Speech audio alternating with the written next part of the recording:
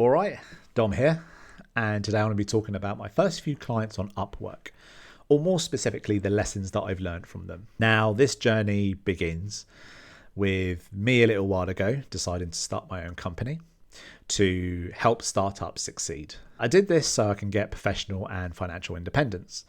I wanted to make company-wide decisions without having to navigate with executives and CEOs and managing directors and all the rest of them. But I also wanted to be in a place where when I offer value to a company and they get that value, my compensation is nowhere near the same amount. So I wanted to bring those two things into alignment. My first few steps, as opposed to the way I did freelancing before, which was just to find work through friends of friends and ex-colleagues, was to use Upwork.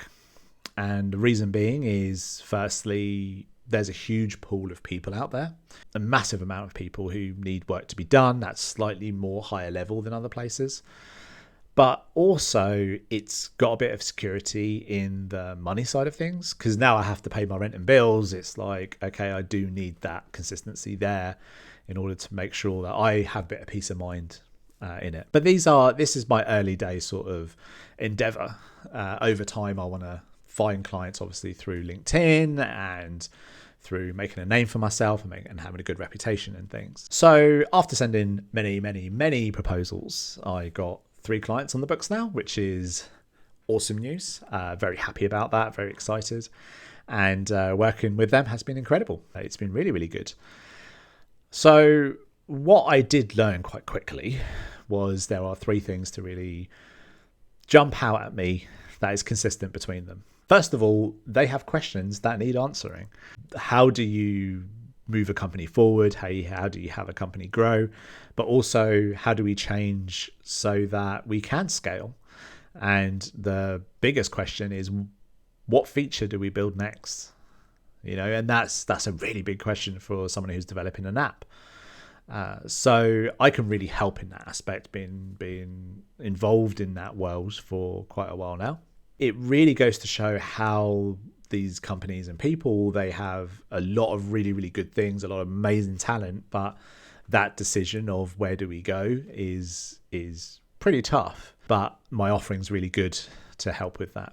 Number 2 that I've learned is always offer value.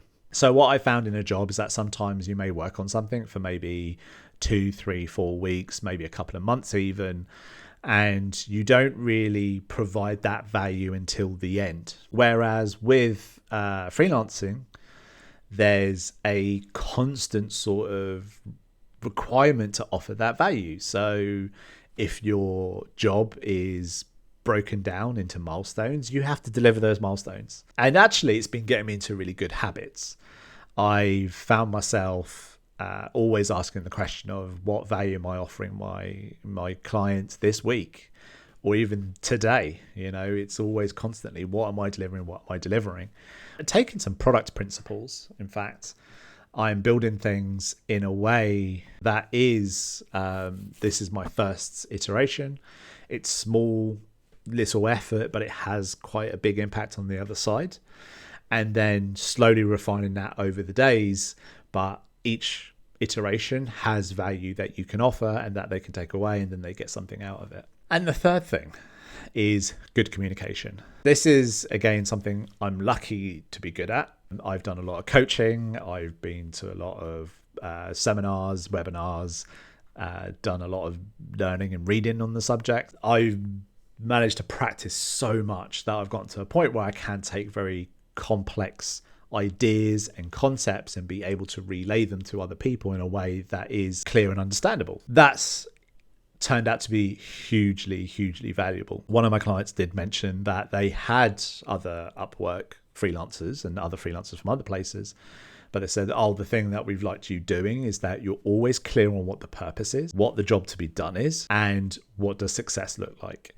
And you're very focused in, like, that's what we're trying to do. So whenever you sort of veer off into another side idea, I'm able to sort of claw it back and say, don't worry about that, just keep focused on this little bit here. What does that mean moving forward? Well, I'm taking these lessons and I'm using them to write my proposals now. I have a framework that I use, and it's made up of 3 points that I'm always trying to hit, and that is be compelling, offer value, and encourage conversation. So working these things in is not too difficult. Good communication is encourage conversation. Although I realized I wasn't really doing a lot in the encourage conversation.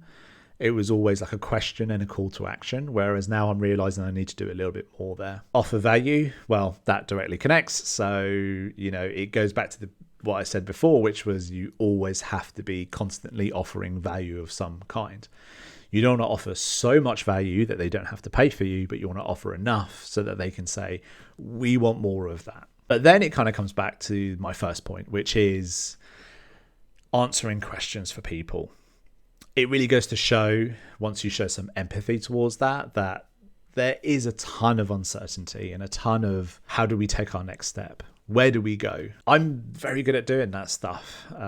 Call it blind confidence or unnecessary arrogance, I don't know, but I'm always good at just sort of going, right, let's take that step and let's go. So I really am going to start working that into my proposals in my be compelling part of it, where it's a case of how do I compel somebody? Well, I can empathize with them in a way that is, I know you need to figure out what feature you need to build next, and this is how I'm going to get you there, and this is when I'm going to get you there, and we shall see how that goes. Fairly confident on it though, so that's a good thing.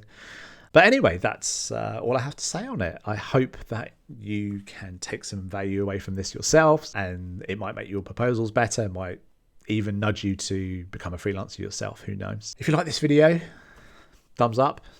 I'd really appreciate you if you subscribed. And thanks for watching. Bye.